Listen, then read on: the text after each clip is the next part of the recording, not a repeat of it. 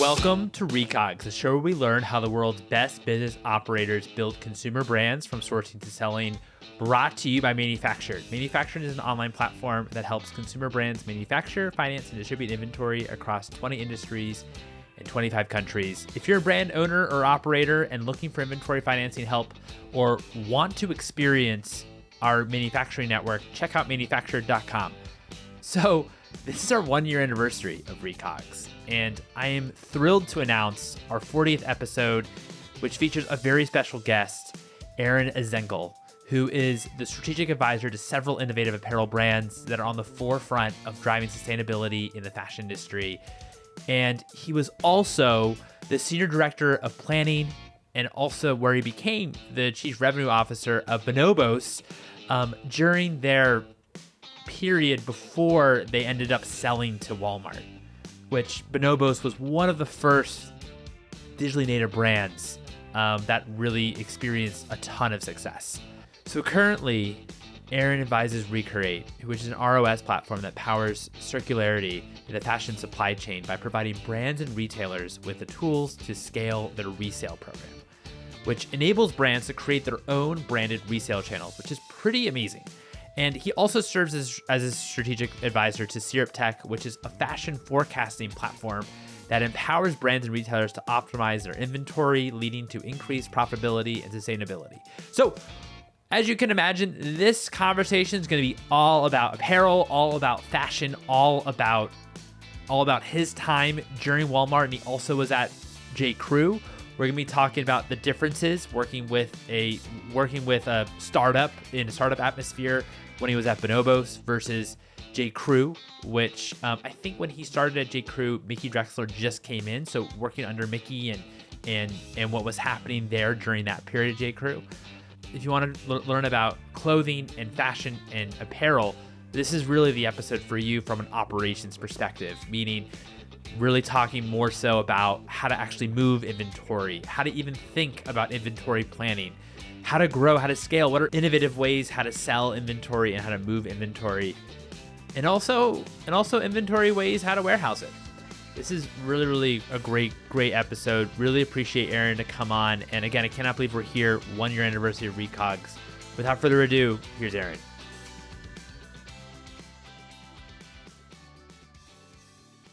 Erin, thank you so much for joining me here today. How are you? I'm doing well, Mike. Thanks for having me. Super excited to have this conversation today. Thank you so much for taking the time. Really appreciate it. I think, I'd like to start from the very beginning. You were working at J.Crew. I know you were there for quite a while. And you were there at J.Crew at kind of the beginning as well. When the D2C kind of online channel, or just selling products online was first kind of starting, back in like the late 90s. What was your first impression of, obviously we had like, the eBays that happened like the mid 90s and that sort of thing, but talking about brands selling online directly, what was kind of your first impression in the late 90s? Yeah, so it was, for me, I think a lot of like my impressions were a little bit more sort of after the fact on reflection. Because when I started, I started kind of right out of college. It was my first job out of school. And this was in 1999. And so my experience there, I think in hindsight, it was actually like a really exciting time to start my career, and it was kind of the end of the founder era. Emily Woods was still there. TPG had just made their first investment in the business, and so and one of the other things that I think makes it unique, and I don't think actually J.Crew gets enough credit for this, is that they were actually one of the first to kind of launch e-commerce back in '96, and that was about a year after Amazon. So by the time I started, they had a e-commerce business that had been around for about 3 years, and it was. And if you know anything about sort of the history of J.Crew, The business started as a couple pages in a catalog. And so they were, one of the first of the modern kind of direct to consumer brands. So, when I started, I started off in a entry level role on the merchandise planning team on the direct side of the business. And I remember I was kind of given to, I had the opportunity to either go onto the retail side of the business into allocation distribution, or I could go onto the direct side of the business. And it was funny, actually, the allocation role would have paid more.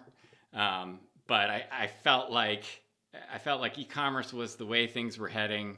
Knowing that the legacy of the business was kind of direct to consumer, that felt safe to me.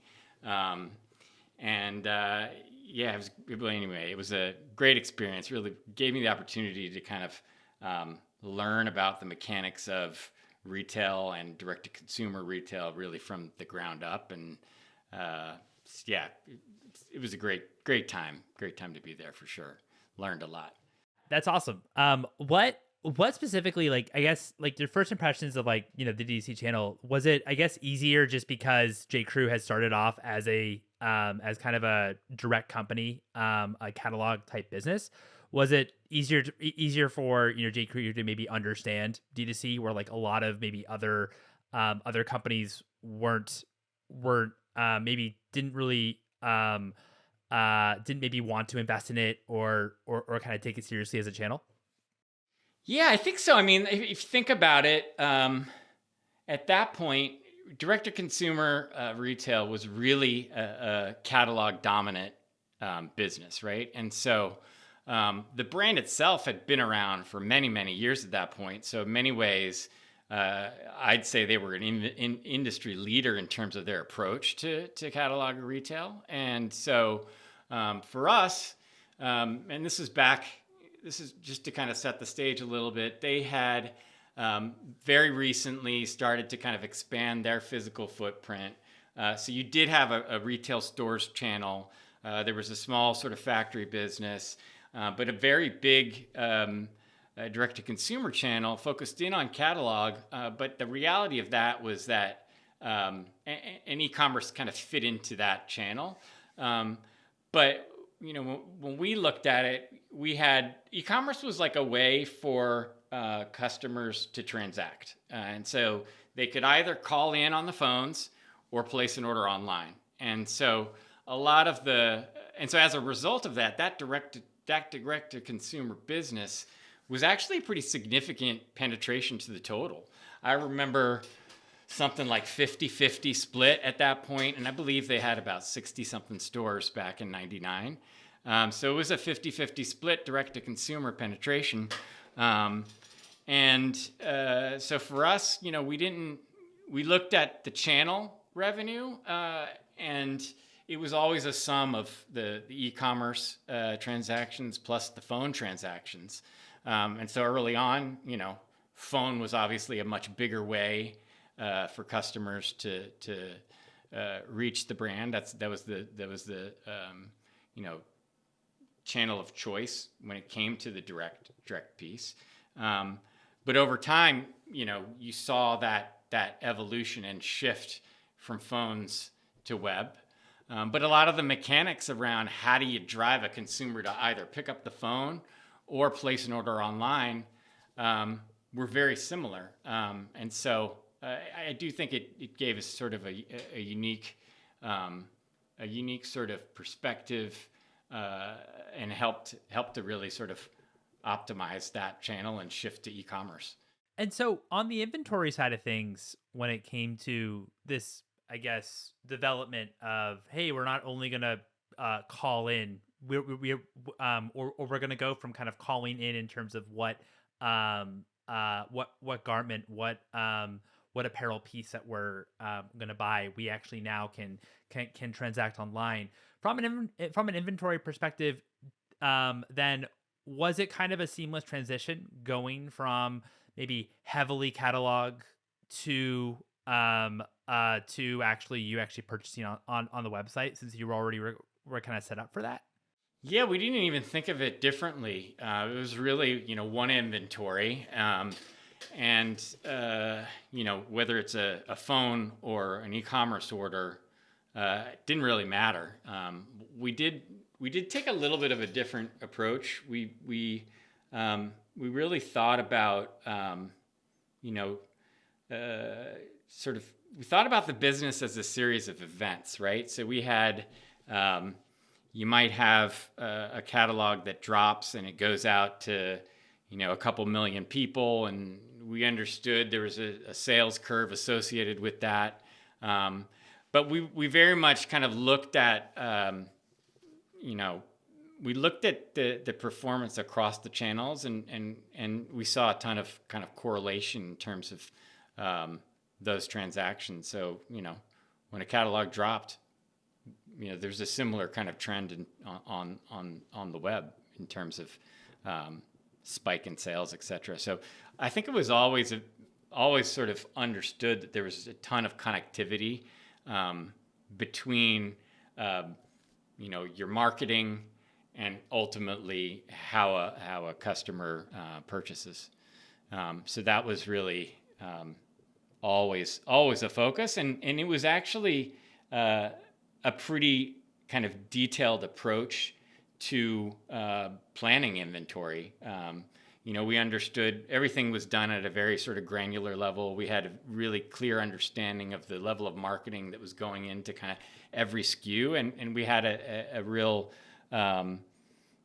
sort of dialed in way to forecast and estimate how different things may impact a given SKU's performance. And I think a lot of that comes from that sort of catalog legacy, and then applying some of those learnings to e-commerce. How did also I know you were on the direct side for J. Crew, but can you talk a little bit about like the kind of the relationship between the direct side and retail? Meaning, how did you think about obviously from the catalog perspective, you have maybe endless amounts of SKUs, products, what have you, just like you do, selling online. But of course, on the retail side, it's you obviously had that limitation. How did they kind of relate to one another in terms of what products were selling, how to kind of maximize those products for different channels, for example? Yeah, it was a continuous kind of process. I think, I think that there's always, at the time, you had the businesses sort of architected.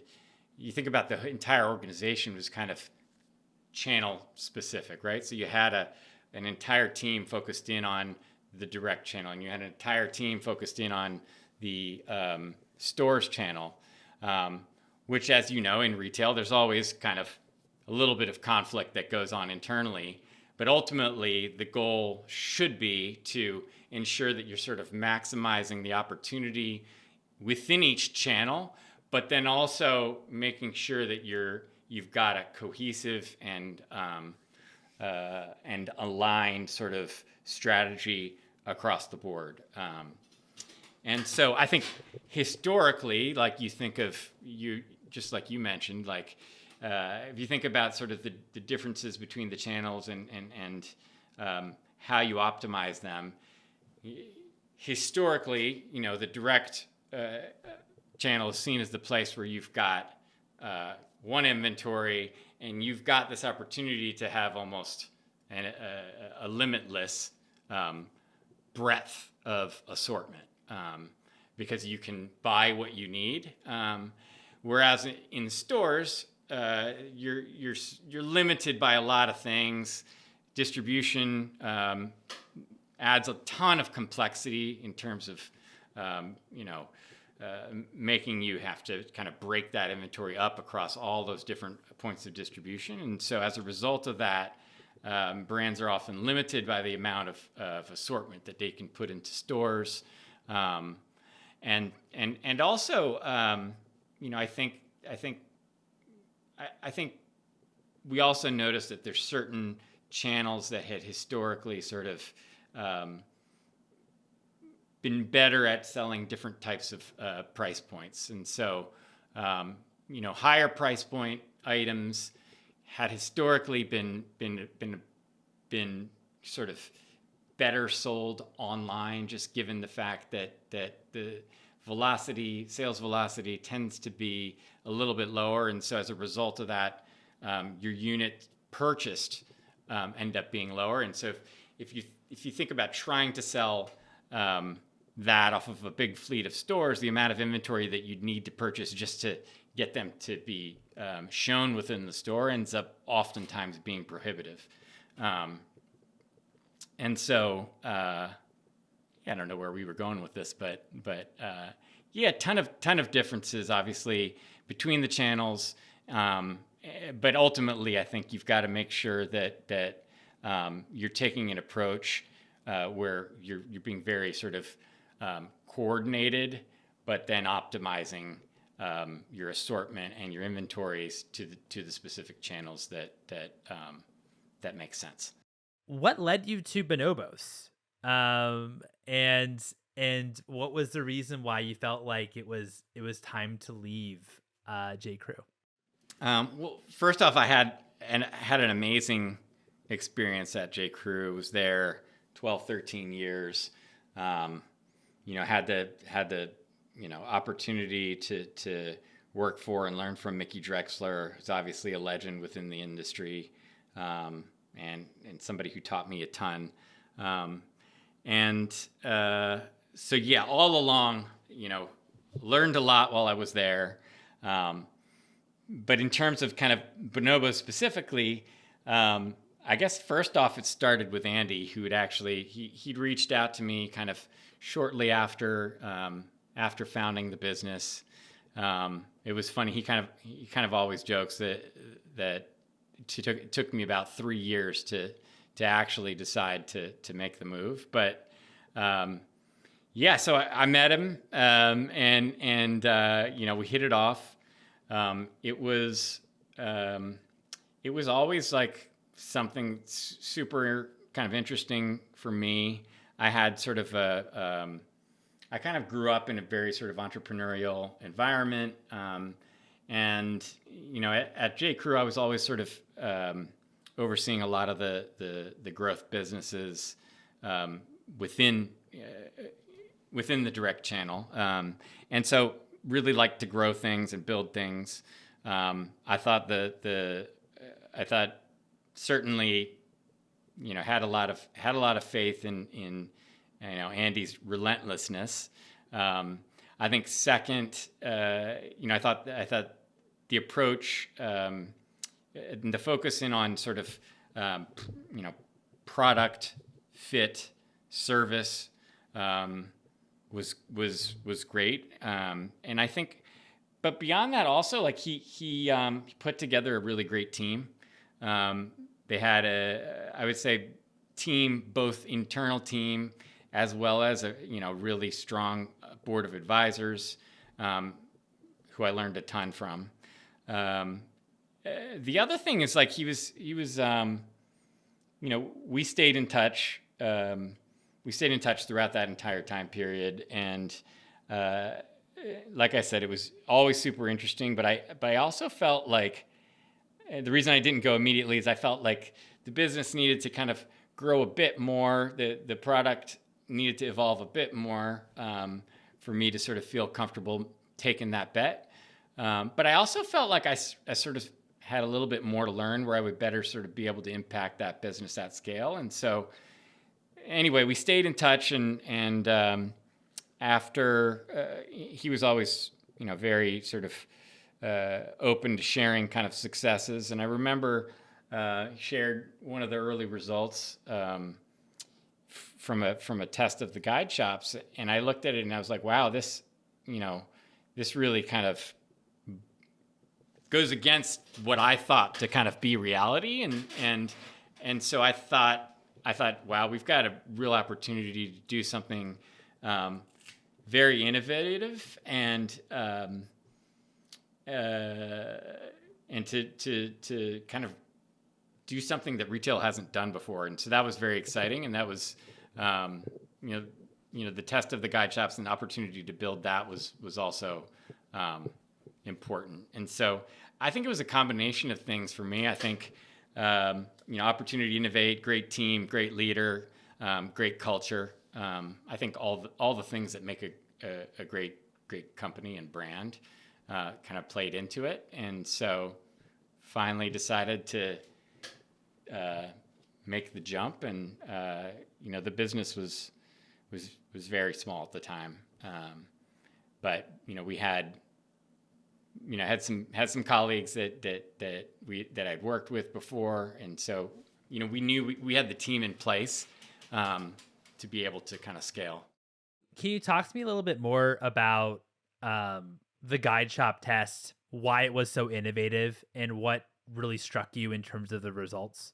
Yeah, for sure. So if you think about sort of like the history of Bonobos, started off as a predominantly pants brand, and so the goal was kind of better fitting pants and great customer service, and the thought was, let's do this online, and that's the better way to kind of reach your consumer. And there's a lot of advantages around online. There's a lot of limitations around in-store retail, and that's the future. The reality is there was I think Bonobos did a really great job of that. I think the focusing on service led them to do a great job of listening to their customers. And I remember one of the first times that I actually came in to chat with Andy. I remember there was a guy in the corner of the office who was like trying on pants. And so team was very small. The entire customer service team, which we called the Ninjas, they were there in the building. And what happened was, customers would, write in. They say, "Hey, listen, this is great, but is there a place where I can try these on?" And so, being so customer centric, they said, "Sure. Why don't you just come in? Here, our office is. Here's the address. Come on in. You can try them." And so they would try them on there, and then place an order, and it would get delivered to them. So they're like, maybe there's an opportunity to test this out a bit more. And so the first real test, set up a couple of dressing rooms in the headquarters, and hired a couple sales associates, and kind of brought samples of everything into the showroom. And so we had kind of one of every color and one of every size, similar kind of model. Invited the customers in. They'd spend a ton of time one-on-one interacting with them, and then at the end of it, place an order through the website, and it would get delivered to them. And so when I saw the results, it was really interesting because from my past days, I had a pretty good sense around what metrics you typically see online and what metrics you typically see within stores. And so my reality up until then was like, have a higher average transaction online, lower average transaction in stores, maybe a lower price point in stores, a little bit higher price point online. Similarly, UPTs, again, a little bit higher UPT online, a little bit lower UPT in stores.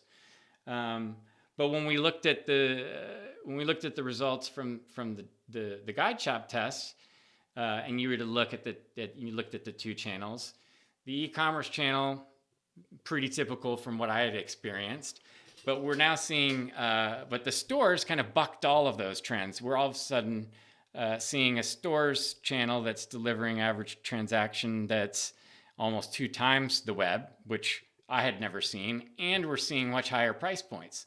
So that was for me like a big aha moment where I was like, wow, like what I thought to be reality was totally not. And in many ways, I felt like, wow, distribution of inventory in many ways, I think, has historically limited the potential of physical retail. And maybe, because of the limitations of not being able to kind of roll out a big kind of, I would say both in terms of assortment as well as price point. And so I think in many ways, kind of retail had up until that point, I think a lot of the sort of in-person focus in on the customer had in many ways kind of gone away. And also I think like, I think it just pointed to this big opportunity to kind of utilize the physical retail channel in a different way, to really kind of optimize it, while at the same time kind of thinking about a cohesive experience across the channels. And so I hate the term kind of omni-channel because it just feels a little gimmicky, but it was really kind of it felt supernatural response to the customer, but I think it was like the real kind of first true multi-channel cohesive approach to retail. Because we had we had the full online assortment within the stores. Customers could come and see, everything that they could see online, and then they could actually try it on. And they had the additional support of a great associate to kind of help them figure out what works best for each of those individuals. And I think like the results, we learned early on that instant gratification was less of a thing. And ultimately, I think it enabled us to serve many more customers much better. So I could go on and on about sort of the limitations of physical retail, but I think this is a real sort of creative way and new take on how to really utilize that channel to its best to ultimately serve the customer better. Yeah, I mean, what I think is so clever in hearing how you describe the guide shop model is really from a brand standpoint, when you actually have a person come in, you really are focused on the service, the fit, making sure that is on the right garments. And from a inventory, and really because the clothes are there to really be tried on. And from an inventory perspective, it's not actually kind of multi-channel, right? Because it's all being purchased still online, delivered to your door. So it actually is quite simplistic from like a from running like the operation standpoint from your side. The clothes are there. We'll have one in every style, every color, garment that we kind of sell, one of each, so that people can try it on and everything like that. But we actually don't have limitations. That's just a try on. Like, you actually will be able to purchase that. We don't need to have all that inventory there in the store itself, which I think makes it so transformative. And I'd imagine, even though it's still not to say these things aren't complex, but it seems like from an inventory standpoint, since you don't have to then put a bunch of inventory in every single guide stop, it actually is a bit more. You still have that same inventory model as you did, just selling online. Yeah, exactly. So you're kind of getting best of both worlds, right? You're able to kind of leverage a single inventory across the channels. You're able to have a full assortment within a physical retail store, which up until then had never been done. And so if you think about it, even just thinking through like a single item, up until then, if you were running, like, let's talk about pants, right? So if you were a big retailer and you had a big, like, your number one pant, you might at most have in your best stores something like 8 colors. Maybe you had 2 fits.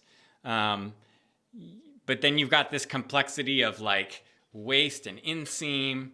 And so you're constantly, because of the limitations of allocation and distribution, you're constantly looking to kind of bring that assortment down to sort of maximize on each individual size. But the reality is that actually cuts off a ton of customers that physically can't fit your product, right? So you're already like disqualifying people by limiting the distribution of sizes to a store. And so one of the amazing things that we were able to do, which is like crazy in hindsight, right? We had a core pant that came in 4 different fits, 20 different colors, and something like 35 different, waist and inseam combinations. And so if you looked at pure SKU count alone, you'd need like an H&M size store to be able to actually allocate the inventory needed to sell those goods if you actually stored the inventory within the store. But because we had, one of every size and one of every color, we could sell something like over 1,600. I'd have to do the math on it, but something like over 1,600 plus SKU combinations, right, within a very, very small store, because we weren't actually stocking all that inventory. But customers can come in and try them on, which they hadn't been able to do. So it was a huge innovation. I'm surprised actually more brands don't do a better job of it, because it feels like such a big no-brainer opportunity out there. Particularly if customers can't physically fit your product, right? Totally. Because I mean, as well, no one loves to also do returns, right? Like people actually, obviously, people, obviously, it would be great just to try it once and then have it fit, and then there you go.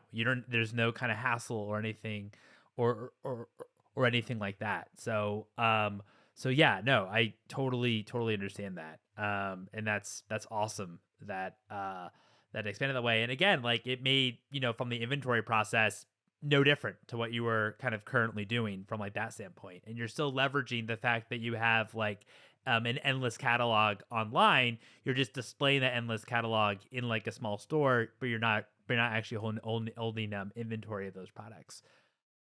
I'm actually glad you brought up returns. I didn't really bring that up, but that was also that was another sort of interesting learning when we, transactions that happened within a store, the return rate was very similar to what I had experienced in a retailer that actually had stocked the inventory, and so you weren't really seeing any differentiation in terms of return rate for an in-store transaction. Whether it be a traditional sort of store model, allocation store model, or the showroom model that we had. And so, many all brands sort of, you always hear about, reducing return rates as a big opportunity.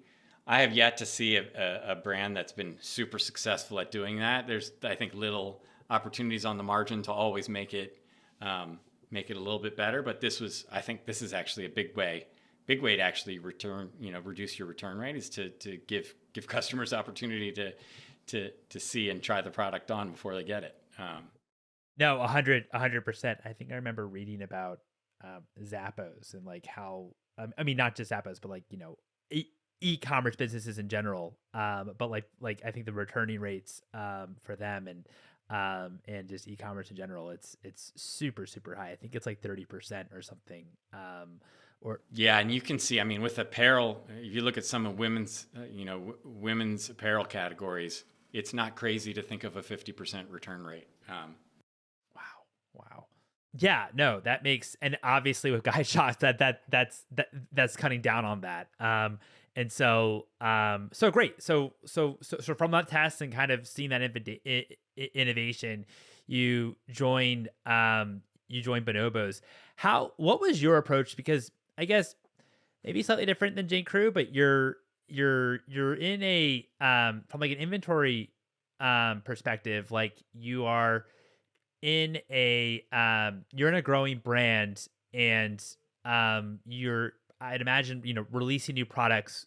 How do you think about which product categories it kind of made sense for Bonobos to actually be in and to expand to?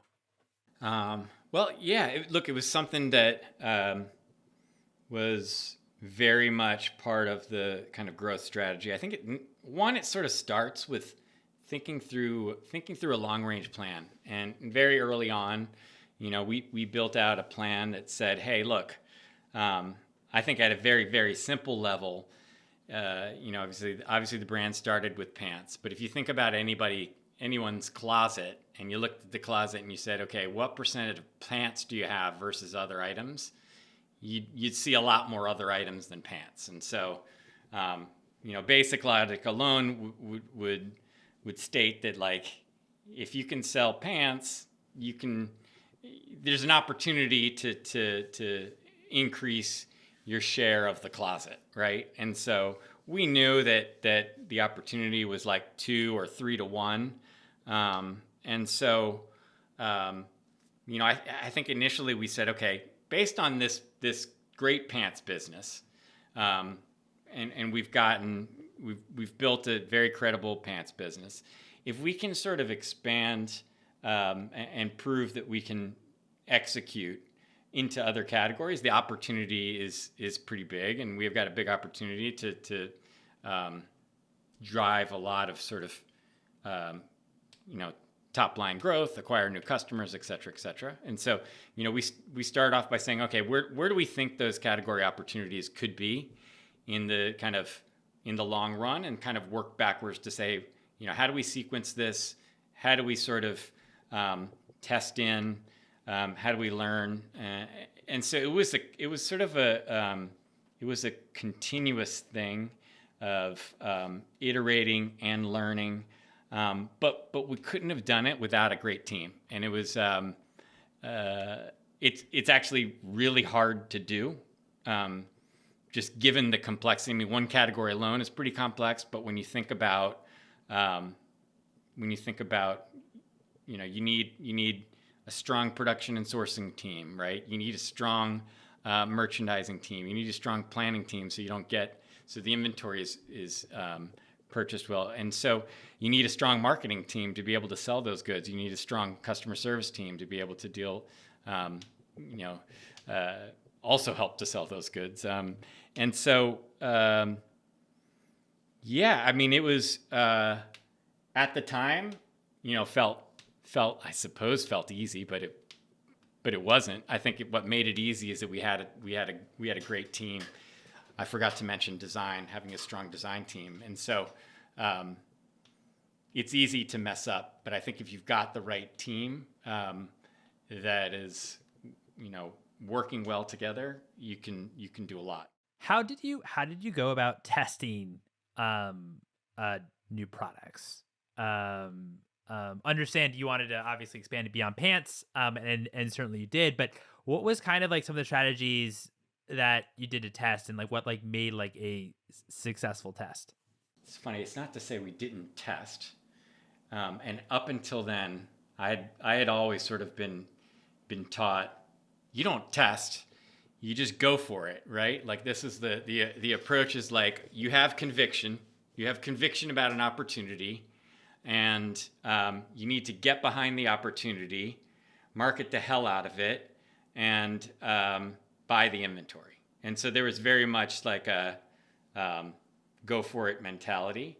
I would say we kind of had a we took a little bit of that, because I do think having experience within a category gives you the ability, increases your sort of confidence level, but also I think it helps you, if you've done it before, you sort of understand the formula that's needed to grow a given category, and so you can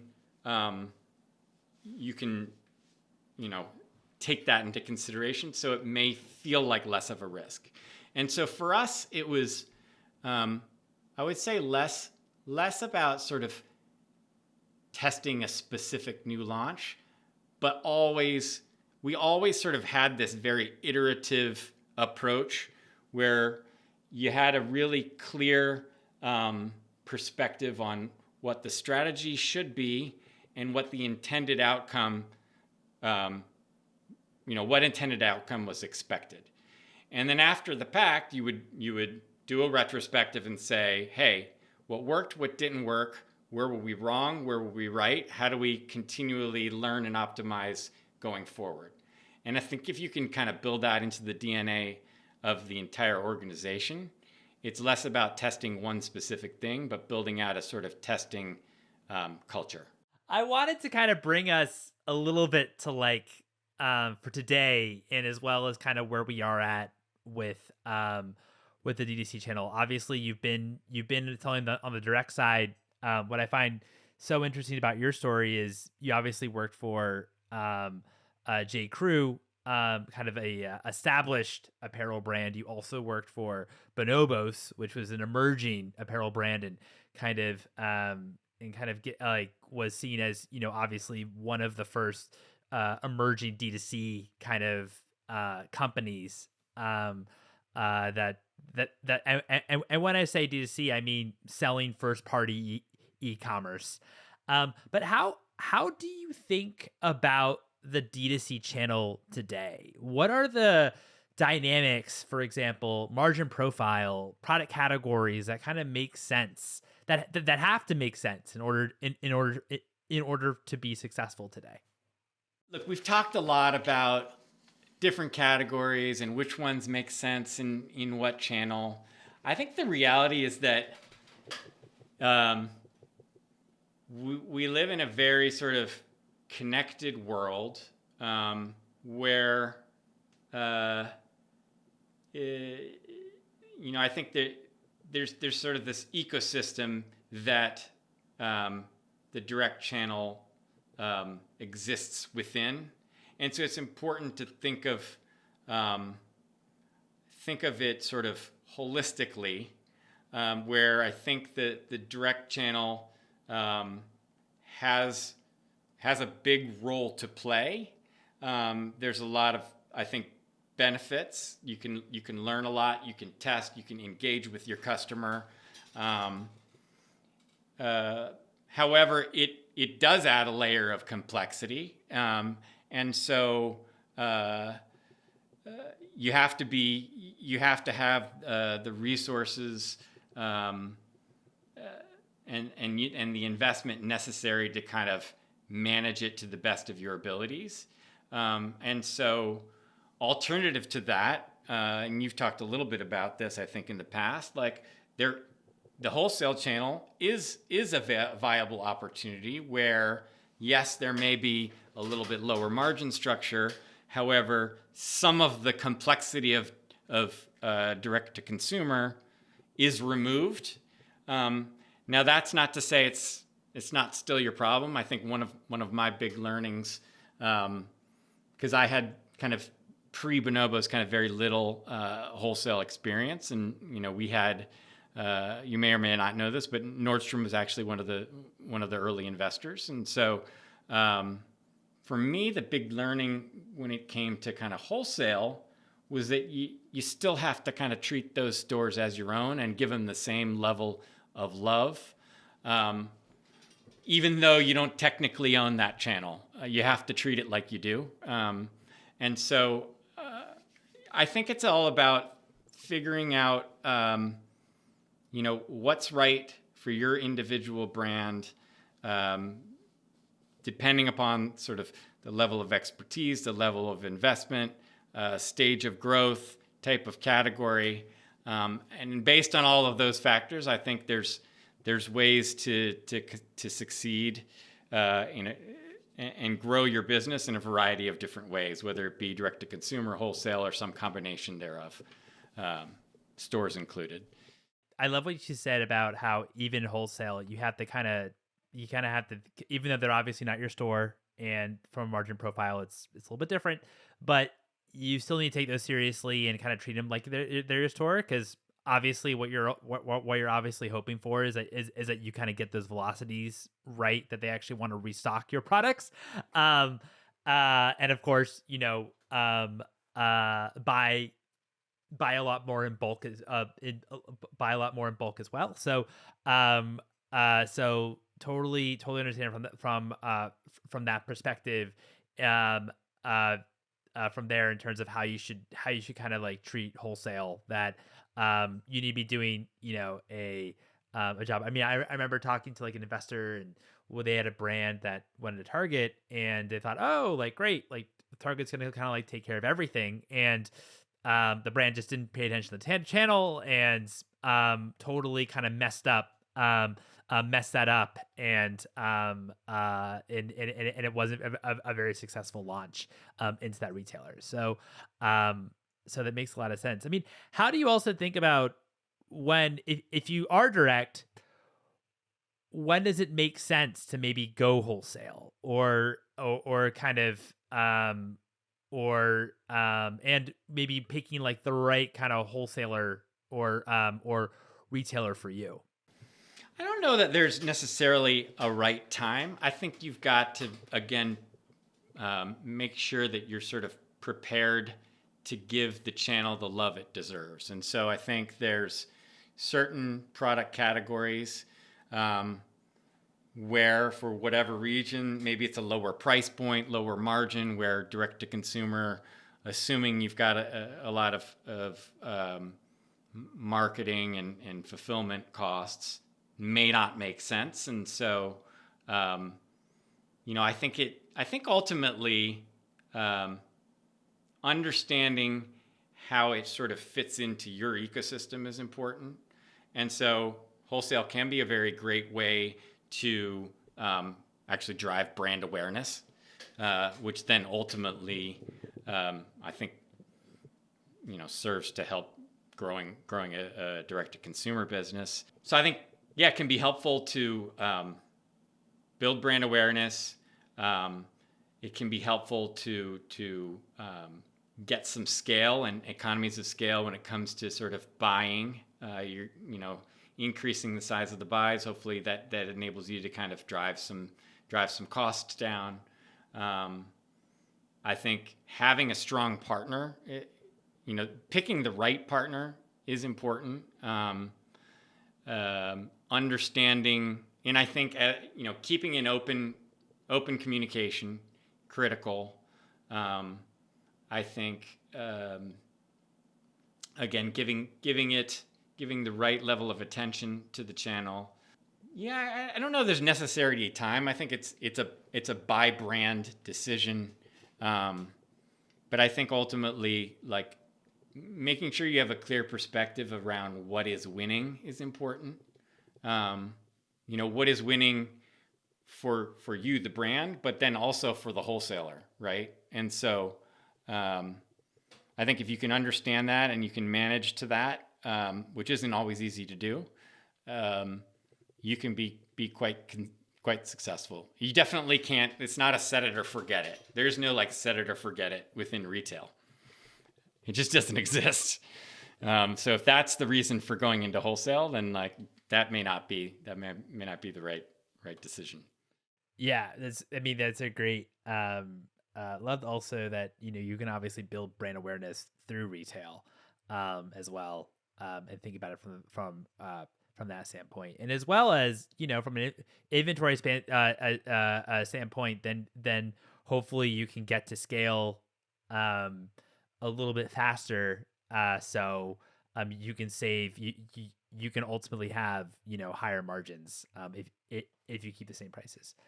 Yeah, I mean, I think like the marketing element is huge, right? And so eyeballs on your brand, right, which can happen in your own physical retail. It can happen in a wholesaler's physical retail, is important. And I think there's a lot to be learned too from wholesale, right? Like if you're expanding throughout the country, maybe you want to understand, like in a given, we haven't talked a lot about this or at all really, but I think geography is actually an important lens through which oftentimes retailers don't give enough attention. I think we ultimately, oftentimes we're very focused in on channel performance. And so you've got like your e-commerce channel, your wholesale channel, and your individual stores. But there may be even an opportunity to start thinking about think about a given brand's growth within a given geographic region as another lens through which you evaluate performance. And so we talk a lot about sales attribution and channel profitability. Maybe this is a little contrarian, but like does that really matter? Is that the right way, given how connected we are and how much each of these different channels ultimately influence each other? And so, perhaps there's a better way to just, and I think there'd be some sort of data and accounting work needed to get there. But like, let's think about like a given MSA and what is our sort of, New York MSA profitability look like, taking into consideration, wholesale, retail, e-commerce, as potentially an even better way to kind of to evaluate, a multi-channel revenue across multiple channels with multiple inputs and multiple expenses that ultimately are shared to a certain extent, and ultimately influence one another. Totally. I mean, I think that obviously attribution is so hard to obviously calculate it, especially when a brand, probably needs multiple touch points in order to actually even get someone to even pay attention to it and even then buy. So I've actually never heard that before in terms of on the geography side. Think of it in terms of how each geography is doing together and bundle them that way, as opposed to like the actual channels themselves. I mean, attribution is so critical to all of this, right? All of these decisions get done based upon an understanding that you've got good attribution. And I think history has shown us, if you look, there's many, many examples of investments that I think have been made with the best of intentions, but ultimately didn't necessarily drive the return that would have been expected.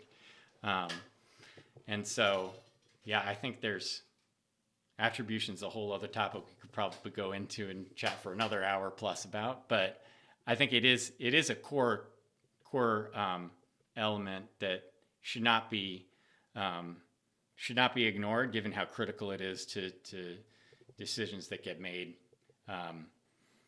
in the complex world of multi-channel retail that we live in. My final question to you, Erin, is what would you value more? $100 of COGS inventory of a product that there is demand for and is selling, or $100 cash? I think the answer ultimately is it depends. But if this is a product that was a high margin product that is selling better than any other, I'd want that. But of course, it's never as simple as that. And so I think it depends upon obviously how much of that inventory you've got, the margin profile of the product, where you are within a given season. When is there sort of is there an expiration that's upon us? And so again, I think it depends, but I think ultimately you want to have the ability to adjust and react and take advantages of opportunities that are out there. So I think it's a little bit of I think the approach is, you think about the approach of investing in inventory as you would any other investment. And so within a given portfolio, you always want to have a little cash on the side to take advantage of buying opportunities that are out there. And so I'd want a little bit of cash and a little bit of inventory. I think is the ultimate goal. It's not an either or. Yeah, I mean, how I think about this question is, if the product has demand, then, and if it's, like a high selling product, then the $100 of COGS is just worth more than that inventory, than the cash. If there's, if it's any business that actually you have obviously margin on the business, then like that's actually worth more than the cash. Now, what we had like a prior guest say, Tommy, say that was interesting was, well, I'd rather like, I'd like to have, and of course, none of this stuff is that simple, but like, I would like to have, like, let's say there's very few products that like sell just off the shelf without any marketing spend. So like, I would like $85 in COGS, then maybe $15 to spend on marketing to actually sell the product. And then that would be better. But yeah, like that's how, but yeah, I mean, obviously like, there's no kind of one way for this. Obviously, if you have like excess inventory for like the $100 of COGS, and like that doesn't make sense to like spend it there, or that's of course not as valuable nearly as the cash. But if it's a high, if there's a demand for the product, you can then sell $100 of it. And then $100 then is worth more than the cash. But Look, with pre-order and back order, you can sell things that you don't own. So, I mean, do you really need the inventory in the moment too, right? So that's the other question. Yeah, that's a good point. Well, Erin, this is a lot of fun. Thanks so much for your time. I really appreciate it. Thanks, Mike. It's been a fun conversation. I feel like we could have kept going forever. We'll have to do round 2 at some point. Yeah, let's definitely do it. That sounds great. And there you have it. It was such a pleasure chatting with Erin. Erin, thanks again so much for your time. Again, this podcast is produced by Manufactured. Manufactured is an online platform that helps brands manufacture, finance, and distribute inventory across 20 industries in 25 countries. If you're a brand owner and operator and looking for inventory financing help, or want to explore our manufacturing network, check out manufactured.com. Thank you for listening.